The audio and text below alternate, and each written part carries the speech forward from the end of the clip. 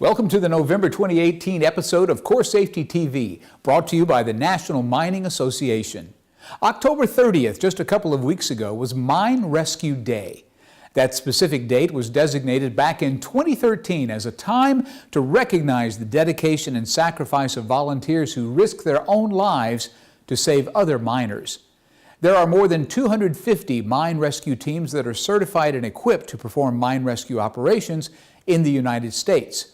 And as we mentioned in an earlier episode, those teams train and compete in mine rescue contests organized each year across the country, so they can be prepared for those untimely incidents that we all hope will never occur. All the more reason for mining operations to commit to implementing safety and health management systems like CORESafety. One of the most important aspects of CORESafety has to do with resources and planning, which is what module number 10 is all about.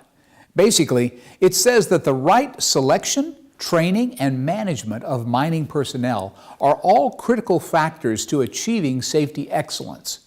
Here's a quick video nugget about that. CORESafety's module number 10 focuses on resources and planning.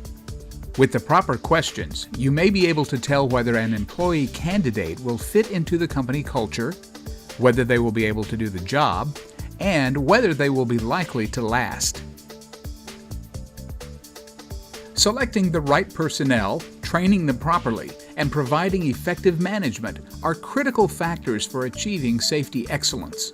You should develop hiring standards that describe the physical demands of each job and verify that candidates can do the work before hiring them. You should ask behavior-based questions in interviews to highlight personal safety and health values, and to help determine if a candidate will be the right fit for your company. And you should formally establish working safely as a condition of employment and define the consequences of failing to do so. CORESafety's module number 10 explores how to manage and align human resource activities to achieve the 055 objective through hiring standards, conditions of employment, employee assimilation, collective bargaining agreements, succession planning, and corrective discipline policy. The Core Rochester mine in Rochester, Nevada has been putting CORESafety to use for several years, and they understand how important module number 10 really is. Here's what General Manager Robert Stepper has to say about the way they train and manage all of their employees. I think a real important part of the core process is that relationship building with the hourly or the employees out in the field that are in harm's way are working the hazardous jobs all of the time. And so they see us out there having conversations, talking to them about what's going on, and then we check back, we make sure it's been corrected, any issues that they're having, we address, and it's made a heck of a difference. It's changed the culture of how we as managers look at things, but more importantly, it's changed the culture of how the hourly employee in the workforce looks at things.